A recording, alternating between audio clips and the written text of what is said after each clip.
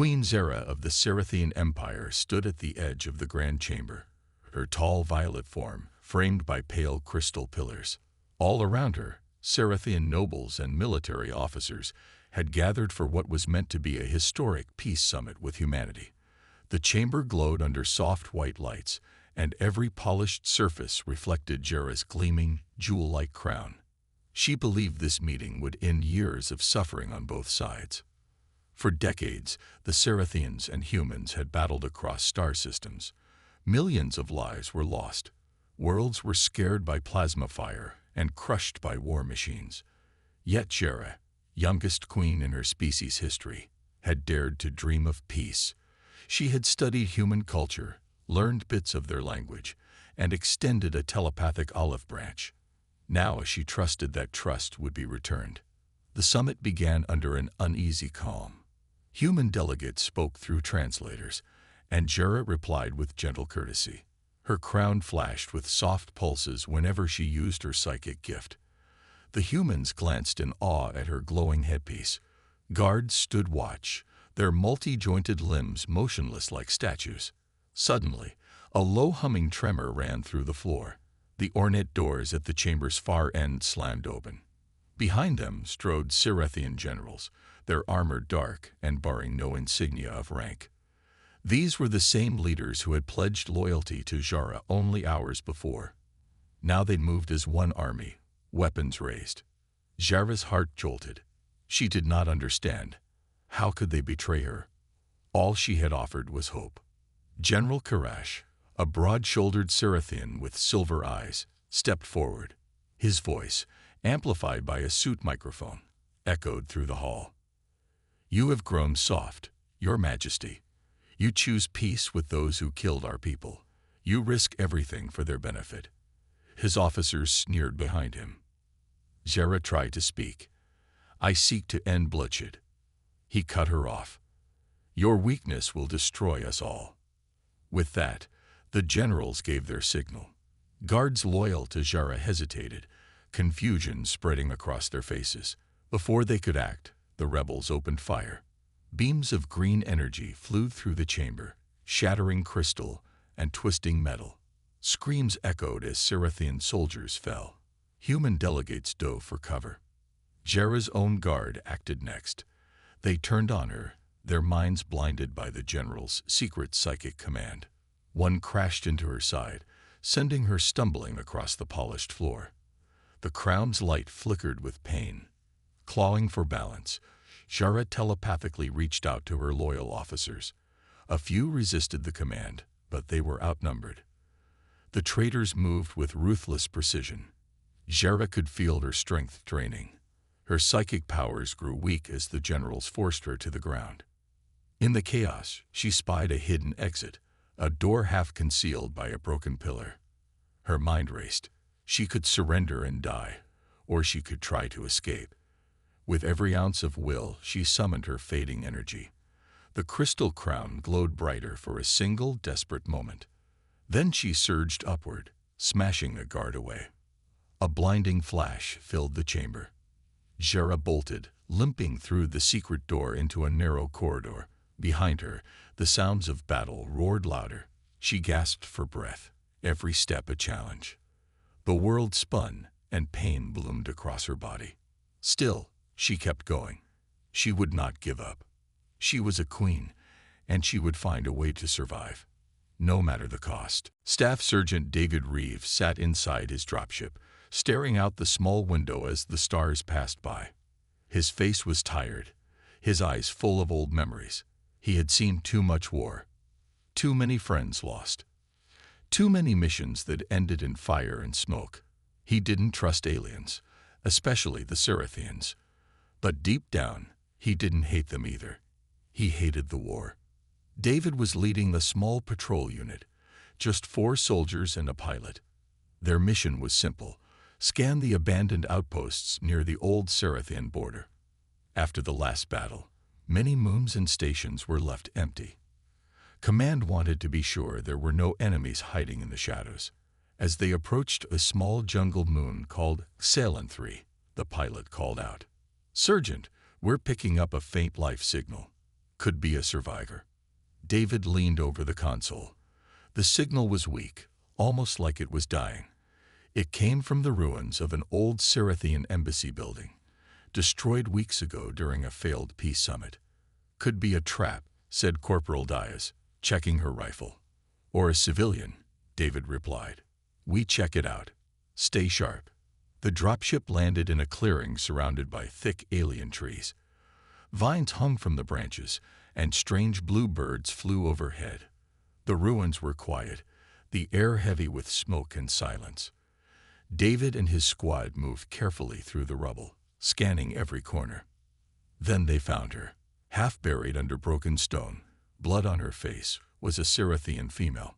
Her armor was royal purple, cracked and faded. A shattered crown lay beside her, its crystals flickering weakly. Sir, whispered Private Kell, his voice shaky. Is that the Cerathian queen? David stepped closer. He had seen her face on enemy reports. Queen Jera, the one who wanted peace, the one they said had vanished during the coup. She was alive, but just barely. Command's not gonna like this, Diaz muttered. David knelt beside Jera. Her breathing was shallow. Her body was burned, cut, and bruised. Still, even in this broken state, she looked strong. He could have left her there, walked away, and told Command the signal was a glitch. But something in his gut told him that wasn't right. She's hurt, David said. We take her back. Are you serious? Diaz said. She's the enemy. No, he said firmly. She was betrayed by her own people. She's not the enemy anymore. David radioed the pilot. Prepare for evac. We're bringing someone important. As they carefully lifted Jara into the dropship, her eyes opened for just a second. She looked at David, confused, weak, but also surprised. Why? Help, she whispered in her own language. David didn't understand the words, but he felt them. He looked back at her, and in a quiet voice said, because it's the right thing to do. The dropship lifted into the sky, leaving the ruins behind. Neither of them knew it yet, but this moment would change the future for both species. Inside the dropship, Queen Jera lay on a medical stretcher. Machines beeped quietly beside her. Her wounds were deep, her breathing weak, but she was alive. Staff Sergeant David Reeves sat nearby, watching her closely. He didn't trust her yet, but something about her felt different. She wasn't like the other Cerathians he had fought. The pilot, Jenkins, looked back from the cockpit. We're 10 minutes from base. You sure about this, Sergeant? David nodded. She's injured. She needs help. That's all that matters. But as the ship got closer to the human base, a sharp voice came over the radio. This is Command. Reeve, report immediately. Confirm identity of the life form you retrieved. David hesitated, then replied, It's a Cerathian, a female, badly hurt. Silence followed. Then the voice returned, colder than before. Is it Queen Jara? David looked down at her. Her broken crown had been placed beside her. It was obvious who she was. Lying wouldn't help. Yes, he said. Another pause. New orders, Sergeant. Do not bring her to base. Return her to orbit and wait for escort. She is to be transferred to Black Site Echo 9 for containment. David frowned. Echo 9 was not a hospital. It was a prison. She needs medical help, he said. Negative, Command replied. This is not your decision. Follow orders. David stared at the radio. His jaw clenched. He looked back at Jara. She was awake now, barely. Her golden eyes blinked slowly. She didn't understand the words, but she could feel the tension. She's not a threat, David said firmly into the radio. She was betrayed by her own people. She's not our enemy. This is a direct order, Sergeant, the voice snapped. Disobey, and you'll be court-martialed. David stood up. His heart beat faster. He had followed orders all his life. Killed for them. Watched friends die for them. But this order felt wrong. He turned to Jenkins. New plan. Set course for Outpost Delta 4. It's off the grid. We can hide her there. Jenkins looked shocked. Are you crazy? That's desertion. David's eyes were calm. It's the right thing to do. Corporal Diaz stepped forward. You're risking your career for her. David nodded. I've seen enough war. If we have a chance to stop it, even a small one, we take it. There was a long silence. Then Jenkins sighed, changing course. The dropship turned away from base, flying into the clouds. Behind them, command kept calling. David shut the radio off. He walked over to Jara. She looked at him, her eyes still full of pain, but also something else. Trust. You'll be safe, David said softly. I promise. Jara closed her eyes. For the first time in days, she let herself rest. As the ship flew into the unknown, David Reeve knew one thing for sure. War had taken too much from both sides. If saving one life, one queen, could help stop the killing, then no order could stop him. Not anymore. The dropship landed on Outpost Delta 4, a forgotten human base on a quiet moon. The area was dry, full of dust and old metal buildings. No one had used the outpost in years. It was the perfect place to hide. David and his team carried Queen Jara into a small medical room. The power still worked, though barely. Machines blinked to life as David gently placed her on a bed. Her skin was pale, her breathing still slow. Private Kell helped connect her to the old medical system. She's stable, but just barely. Keep her alive, David said. That's all that matters. For the next few days, David took care of her. He cleaned her wounds, brought water, and made sure she stayed warm. He had never helped a Cerathian before. During the war, he had only seen them through a scope or across a battlefield. Up close, she didn't look like a monster. She looked tired, broken, and strangely human. Jara woke fully on the third day. She looked around, confused. She tried to sit up, but her body was still too weak. Easy, David said, walking in with a bowl of soup. You're safe here. Jara narrowed her eyes. Why? Help me, she asked in slow, broken English. David sat beside her. Because you were betrayed, and because peace matters more than orders. Jara stared at him for a long time. Her telepathic powers were weak, but she could still feel truth. His words were honest. He did not lie. She nodded slowly. As the days passed, Jara grew stronger. She began walking short distances. She and David talked more. She told him about the betrayal, how her generals wanted war, not peace, how they feared humans would destroy their culture, how they thought she was weak for trying to end the fighting. They feared change, she said, feared losing control. David understood. Some of our people feel the same. They say aliens can't be trusted. That peace is just a trick. Jara gave a sad smile. Fear builds walls, but pain teaches. One evening, David showed her a music player. He played soft earth music, old songs with gentle guitar and calm voices. Jara listened with wide eyes. Her crown, now repaired, glowed softly.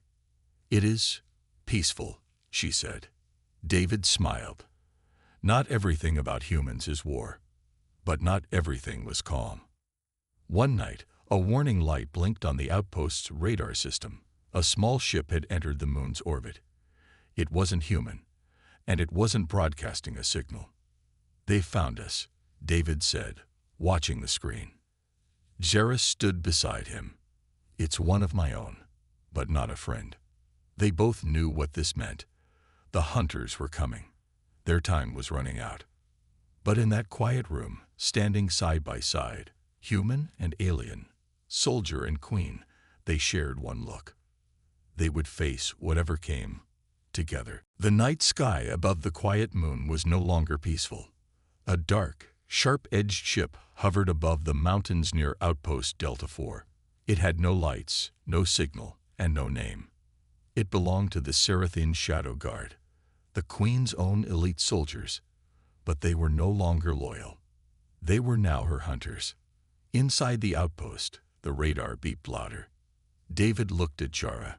They're scanning the surface. They'll find us soon. Jara nodded. Her face was calm, but her eyes were sharp. They are fast, quiet, and deadly. If they land, we won't survive in this building. David grabbed his rifle and checked the battery. Then we won't wait here. They packed quickly. David took supplies, medical gear, and a small map of the area. Jara, though still healing, carried her repaired crown and a small energy blade. Private Kell and Corporal Diaz joined them. They didn't complain. They trusted David now. We'll head into the jungle, David said. Too many trees. Their scanners won't work well there. As they slipped into the dense alien forest, the Shadow Guard ship landed behind them. The hiss of its engines echoed through the hills. Black-armored Cerathian soldiers stepped out, moving like shadows, weapons ready. The chase had begun. The forest was thick with glowing vines and tall, sharp-leafed plants. Strange animal cries filled the air. The group moved quickly, jumping over roots and ducking under branches. Jara walked slower than the rest, her body still tired, but she refused to stop. They are tracking us through heat and movement, she warned. We must confuse them. David nodded. He placed small heat traps behind them, tools used during war to fool enemy drones. Let's hope they still work. Hours passed. Once, they heard a high-pitched whistle. A Cerathian hunter drone flew overhead, scanning with a red beam. The group hid under thick vines, holding their breath. The drone passed without stopping. Later, Jara led them into a hidden cave behind a waterfall. The cave was cool and dark, with strange glowing moss on the walls. They rested there, drinking water and catching their breath. David looked at her. You used to command those soldiers. Now they want you dead. Jara nodded. Power makes people greedy. They fear what they cannot control. I offered peace. They want war. David sighed. Same on our side. There was a moment of silence. Then Jara asked, Why do you risk your life for me? David thought for a second. Because if we don't fight for peace, we're just helping war grow stronger. Jara looked at him, her expression unreadable. But her crown glowed faintly, like it agreed. Suddenly, a sound came from outside the cave. Footsteps, slow, careful. The hunters were near. David raised his weapon. Get ready. Inside that dark cave, deep in alien wilderness, two enemies turned allies stood side by side, ready to fight for something greater than survival. They were ready to fight for hope. Inside the dark cave, David, Jara, Diaz, and Kell stayed completely still. The only sounds were the slow drip of water and the quiet hum of Jara's glowing crown. Shadows moved outside the cave entrance. The Cerathian Shadow Guard was close. David motioned with his hand. No sound, no movement. Jara touched the wall with her fingers and closed her eyes. There is a tunnel behind this wall, she whispered. Old, dangerous, but it might help us escape. We'll take the risk, David said. Lead the way.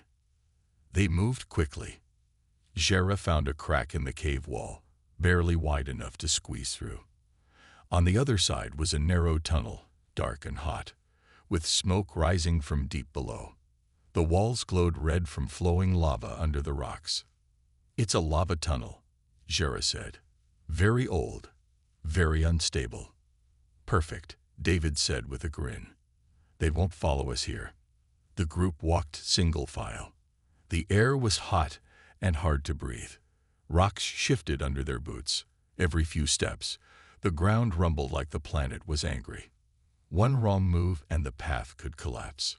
Behind them, they heard a sharp blast.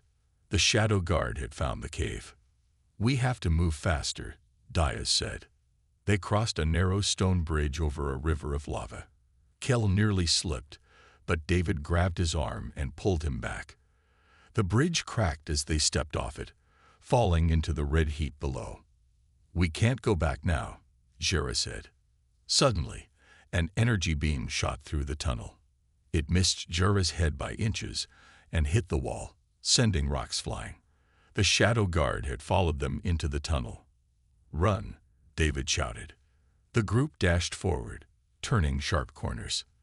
The heat was blinding. Beams fired behind them, hitting the walls, causing small cave-ins. Dust filled the air. The tunnel shook with each blast. They reached a large chamber with 2 exits. "Which way?" David asked. Jera closed her eyes again, feeling the path with her mind. "Left. The right path is broken." They took the left path. Behind them, the right tunnel collapsed with a roar. One of the shadow guards was caught in the fall, crushed by fire and stone. Finally, after what felt like hours, they saw light ahead. The tunnel opened into a cool valley. Trees swayed under a blue sky. Strange bird calls filled the air. They had escaped. Everyone dropped to the ground, breathing hard. David looked at Jera. Her face was dirty, tired, but calm. "You saved us," he said. Jera shook her head. "You saved me first." They shared a moment of silence. No longer enemies, no longer strangers, but far above them, the shadow guard ship remained in the sky, searching. "This isn't over," Jera said. David stood, his weapon ready. "Then we don't stop." In that peaceful valley, 2 survivors made a new plan. They knew war was still coming, but they had each other, and together they would fight back. The peaceful valley was calm, but David knew it would not stay that way for long. The shadow guard was still hunting them. Sooner or later, they would find a way around the lava tunnel and return. David, Jera, and the others set up a small camp near a waterfall. It was hidden under thick trees, hard to see from the sky. Birds sang above, and cool mist floated in the air. For the first time in days, they could breathe. Jera sat beside the water, holding a small device from her belt. It was round, glowing, and cracked, but it still worked. "What's that?" Private Kell asked. "It is a truth sender," Jera said. "It can broadcast my voice across many systems. If I speak, my people will hear me."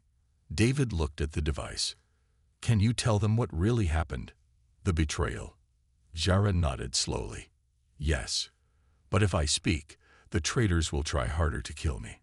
If I stay silent, they will control the story. They already told our people I'm dead. Then maybe it's time to show them you're alive," David said. That night, under the stars, Jera sat near the campfire and recorded her message. David and his team stood around her, guarding the area. Her voice was calm, but powerful. "To the Cerathian people," she said, "I am Queen Jera. I live. I was betrayed by those who fear peace. I was hunted by my own forces, but I was saved by a human soldier." She paused, looking at David. He did not see me as an enemy. He saw me as someone worth saving. We have both lost too much to war. I do not ask you to trust humans. I ask you to listen. If we do not stop the fighting, we will destroy ourselves. She ended the message with a sign of peace, her hand over her heart, and her crown glowing blue. The next morning, they sent the message through the old satellite on the mountain nearby. Kell climbed up, fixed the dish, and pointed it to the stars. The signal went out. Now they waited. For 2 days, nothing happened. The team stayed low. They didn't light fires. They moved carefully and watched the sky. Then something changed. One of Jera's old allies replied. A message blinked on her device. The voice was soft, surprised, and full of emotion. "My queen, we heard your words. Many still believe in you. We will help." Jera closed her eyes. Relief washed over her. David smiled. "You've started something." But good news came with danger. Another signal arrived, not friendly. The shadow guard had heard the message too. And now, They were coming faster, with orders to kill her before more people joined her side. David loaded his rifle. We need a better plan. Jera stood tall, her strength returning. No more hiding, she said. We show the universe what truth looks like.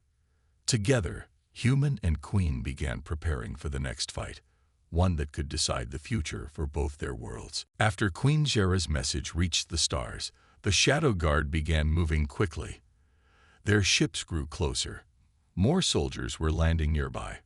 The trees shook with the sound of distant engines. David stood on a hill, watching the sky through his binoculars. We've got maybe 2 days before they find this place, he said. Jera stood beside him. Her eyes, once tired, now burned with focus.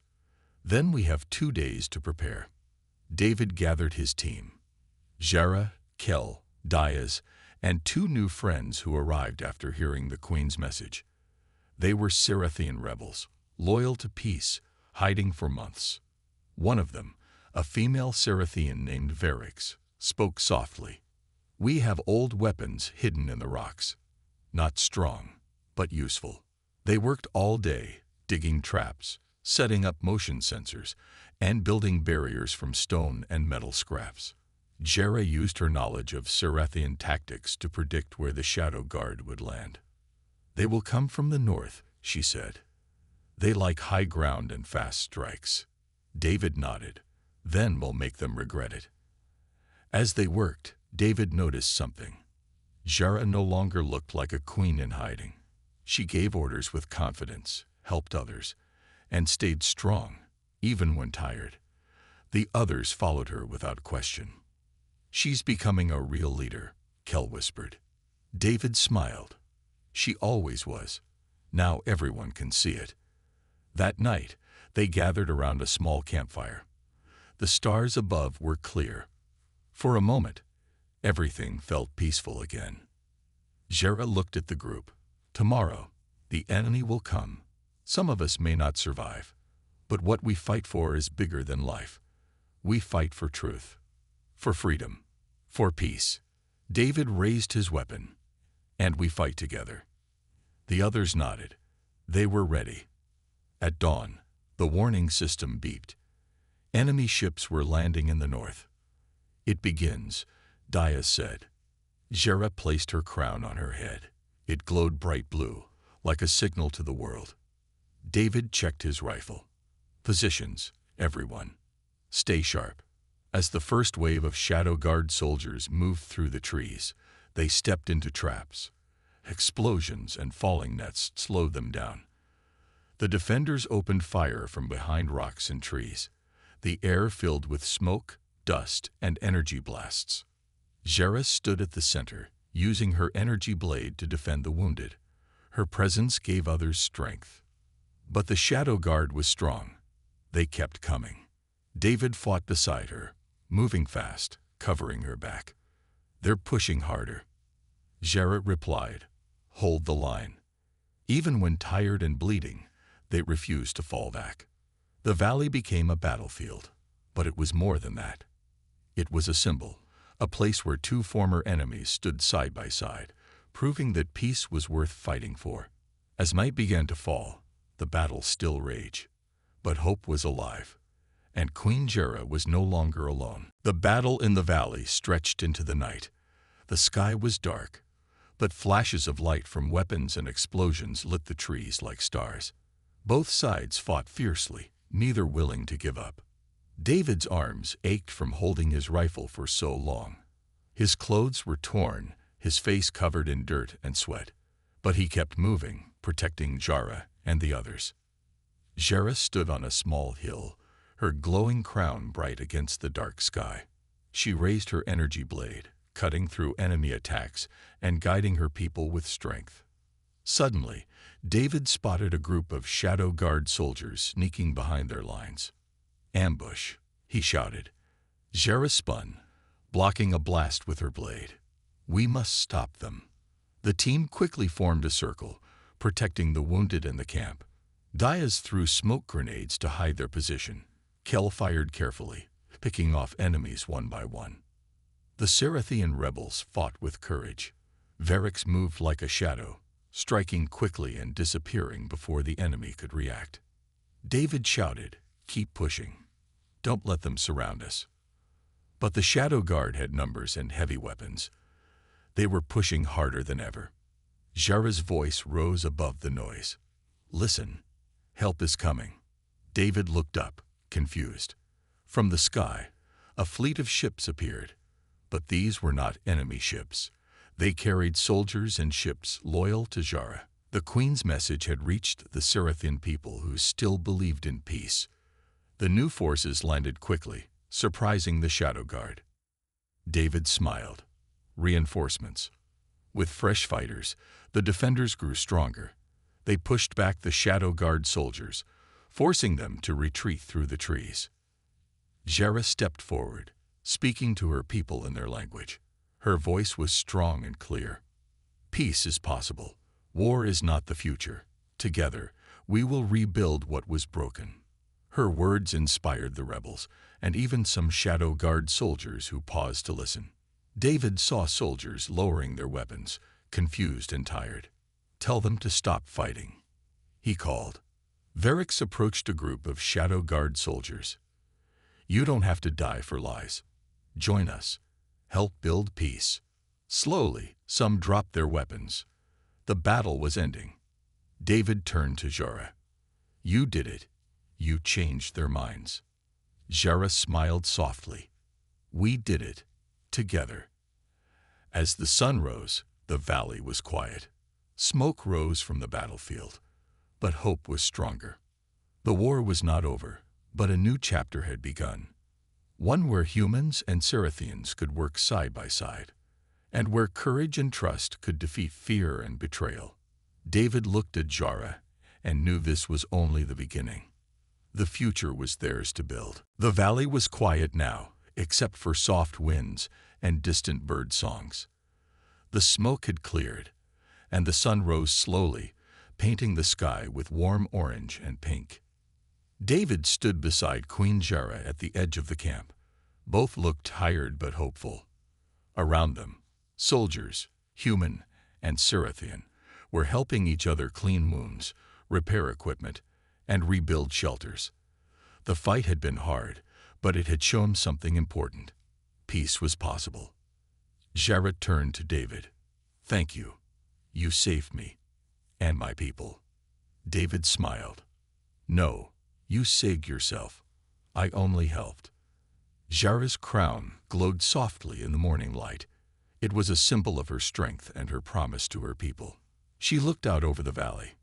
The war changed many things, but it also showed us what we must protect. Not just land or power, but trust, friendship, hope. David nodded. "It won't be easy. Some will still fight. Some will want to tear everything down." Jara looked determined. "Then we will stand together. Humans and Serathians, soldiers and queens. We will rebuild what was broken." The new leaders from both sides began talking, planning a future. They talked about peace talks, shared technology, and helping each other learn. David saw smiles and handshakes between old enemies. It was strange but wonderful. He turned to Jara. "What will you do now?" She looked thoughtful. "I will travel. I will speak to my people and other worlds. I will tell the truth." David smiled again. "I want to come with you." Jara's eyes shone. Together. As the day went on, more people arrived. Refugees, rebels, and soldiers tired of war. They all came seeking a new life. David and Jara worked side by side, helping welcome them. They shared stories, food, and laughter. It was not perfect, but it was real. One evening, as the stars appeared in the sky, David and Jara sat quietly near the fire. "Do you think peace will last?" David asked. Jara smiled softly. "Peace is not a place. It is a choice. Every day, we choose to build it. And with courage and trust, I believe it will last." David reached out, gently holding her hand. They were no longer just soldier and queen. They were partners in hope.